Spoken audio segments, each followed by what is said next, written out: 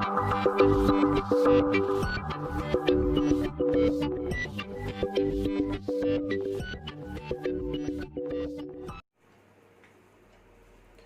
students, today we'll discuss the Python fundamentals. Okay, so in this video I'll tell you, before starting the Python programming, we'll discuss about the different components and different basic things of the Python programmings, just tokens, expressions, okay, how to write a programs, variables, constant, different things are there. Just one by one we'll cover in this part.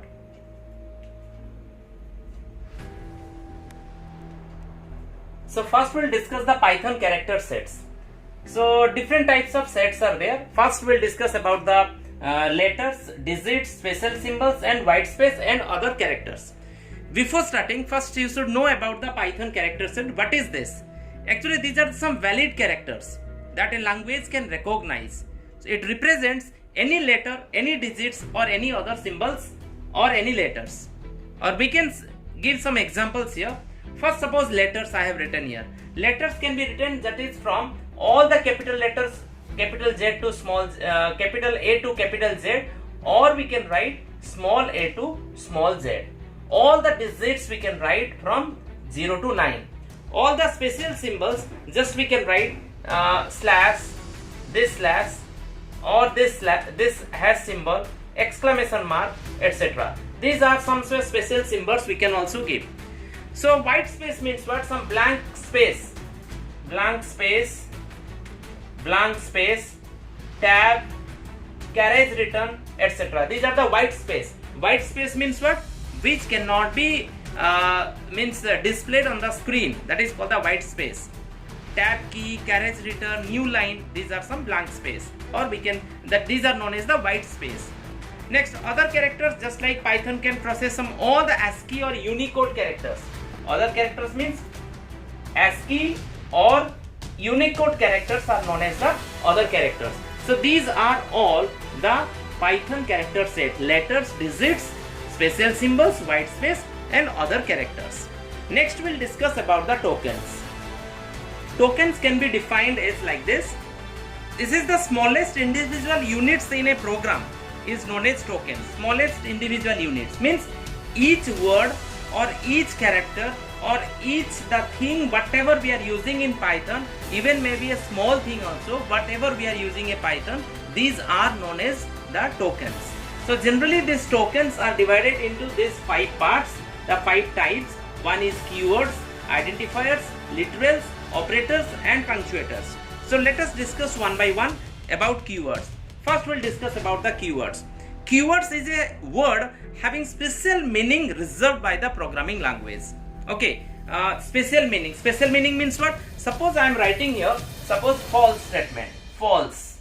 Okay, I am writing here if statement. I am writing here print statement. So these are the reserved words. Reserved word means what? That means that can be used. We are using these functions. We are using this word in programming. Okay, while executing the programs, while writing the code, we are using the this word we are using. So that's why it is known as the reserved word, inbuilt word, default word. That means we cannot use for other purpose. So that's why it is known as the keyword. And all the keywords always try to write in lowercase. Okay, these are the reserved word. That means we cannot use it for other purpose. Next one is the identifiers. Identifiers means we can say it is the variable. Then what is this? These are the fundamental building blocks of a program and used as a general terminology. Okay, suppose we are using for a class name or variables, we can say it is also known as the variable. Suppose I want to write the name of a functions.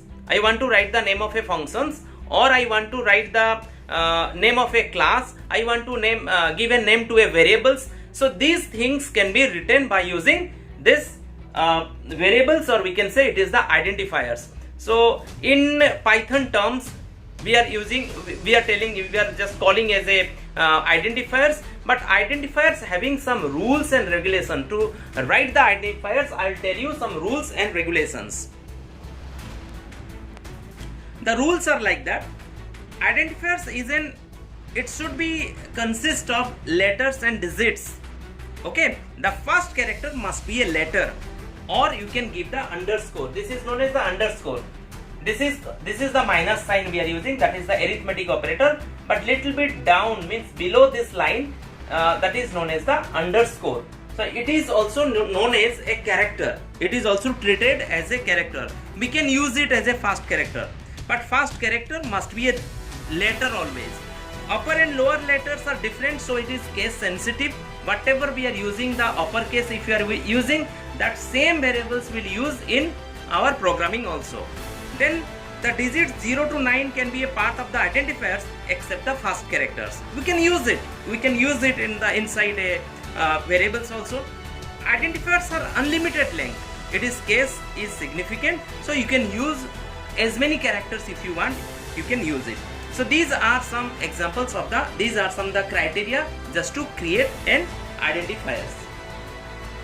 So now we'll discuss about the literals. So literals also known as the constants, just like identifiers also known as the variables, like that literals also known as the constants.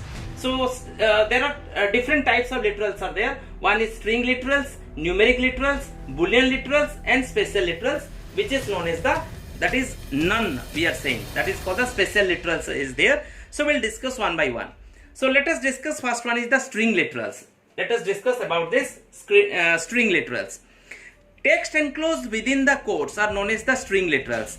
Anything within the quote is known as the string literals. Anything within the quotes means, suppose I am writing the name of the school. I am writing Arnold, A-R-N-O-L-D, Arnold, within double quotes. Within double quotes means that is known as the string literals. So within the double quotes, whatever you are writing, suppose instead of Arnold I am writing A, B, C, some value I am giving here, within double quotes means it is also a string literals. If I am writing a number 863 within double quotes means it is also a string literals. So anything within the double quotes, that is known as the string literals. Python allows have some certain non-graphics characters in string value. These non-graphic characters are those characters that cannot be typed directly from the keyboard.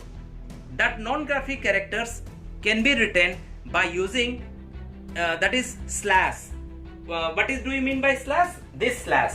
This slash we are using, that is called the backslash.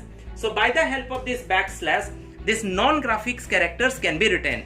What are the non-graphics characters? Non-graphic characters are those characters which cannot be typed directly from the keyboard. Just like backspace, we are giving the backspace. That is the tab, carriage return. These are all are the non-graphics characters.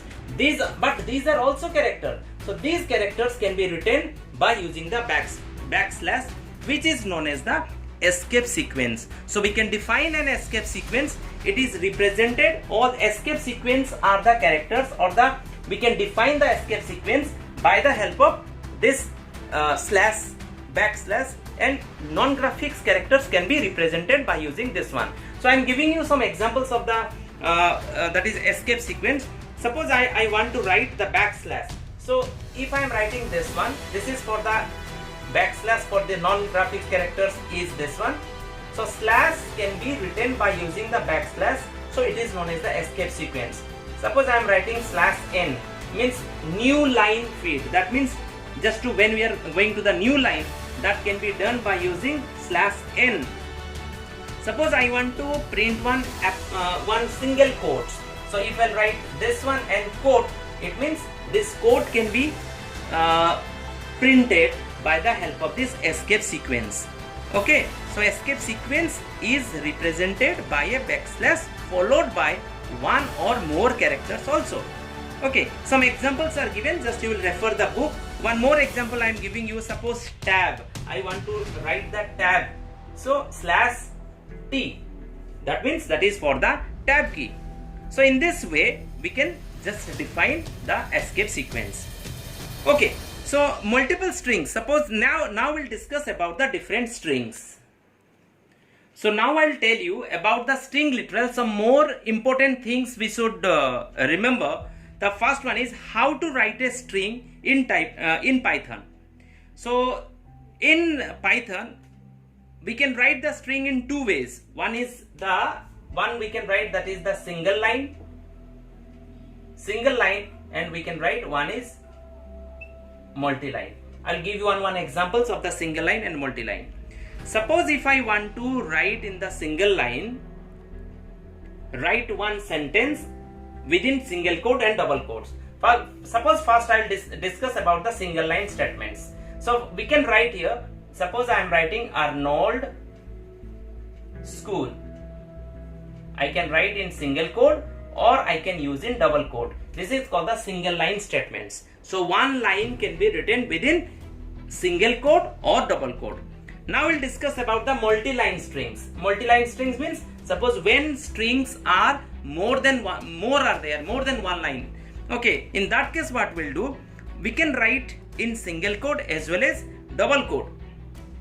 Okay, so first suppose I am writing one thing. I am writing Arnold, ARNOLD, then I am writing the backslash and I am writing here SCHOOL. So I am writing here single quote. Okay, so this is called the multi-line strings. Multi-line strings means what? I am writing it in the multi-line by putting one slash there. It means it will take as a single line. Okay, I am writing in double lines, but it will be treated as a single line. But I can, in the coding part, I can write here like that. Suppose Arnold slash I have written, at the end of the statement slash I have written, then after that school I have written. Okay, so in this way I can write the multi-line string. Another method is there just to write the multi-line string is, suppose I am writing hello, how are you? Suppose I am writing hello, how are you? So in this case, this multi-line statements you can write in different line, but at the beginning you give the triple double quotes, or you can write triple single quotes. You can enclose it by triple double quotes or triple single quotes. If you are writing in this way also, it is also known as the multi-line statements, and we can write in the program. So difference you remember, in this way we are writing. So write the single quote, after each line write the backslash, then next line you write the next word or statements, then a single quote close. But in this case you are writing, you can without backslash also you can write, but you have to give triple double quotes or triple single quotes to write the multi-line statements. We'll take one small example. Suppose one example I have given here. I have written here double slash here. Suppose in this question, this part, these 4 questions I have written here, 4 statements I have written. The question is there, you find the size of the string. So here it is given double slash. Double slash means we have taken the escape sequence. The escape sequence, the first double slash I have given, another slash I have given. So how many characters I have represented here? I have represented only one character, that is single slash. That slash can be represented by using another slash, means it is the escape sequence. So what is the size of this one? The size is 1.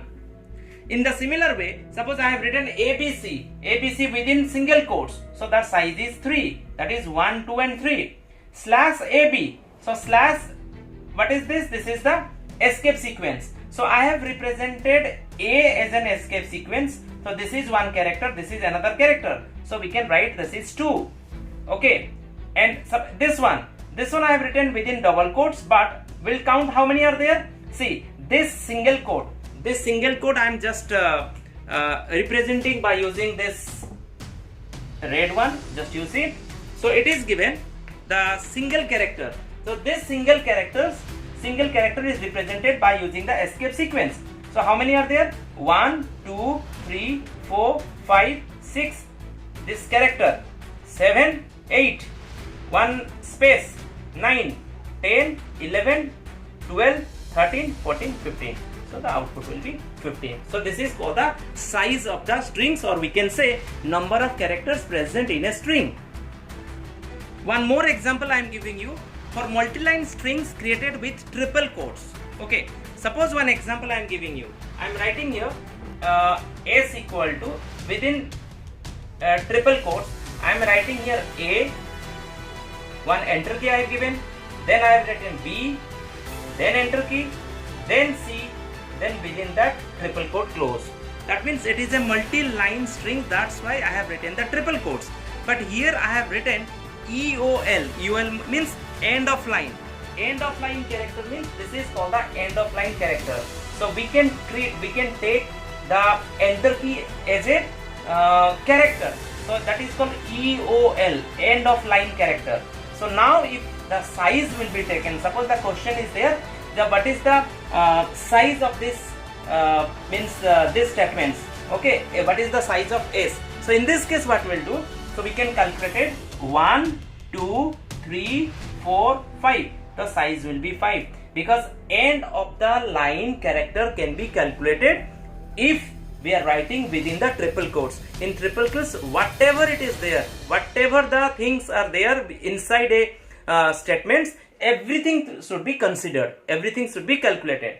Take another example. If I am writing S equal to within triple quote A, then I am writing slash, then B, then slash, then C, then triple quote close. So in this case the output will be 3. Why it is 3? This is A, B and C. Only backslash will not be calculated. Remember, only backslash. After backslash if something is there, so this backslash means it is in one line we want to write. Okay, so that only backslash will not be calculated, but without backslash if we are writing, without backslash means if any characters we are writing here, that should be calculated, but backslash should not be calculated within the triple string. So that's why the output of this one will be A, B, C will be only 1, 2, 3 means size will be 3, but in this case one character is there. Okay, that is the end of the characters, end of the line characters is there. One enter key we are using here. This is also treated as a character. So the output will, the size will be 1, 2, 3, 4, 5. So this is the difference. So try to understand. If you are having any doubt, you can ask me by sending message.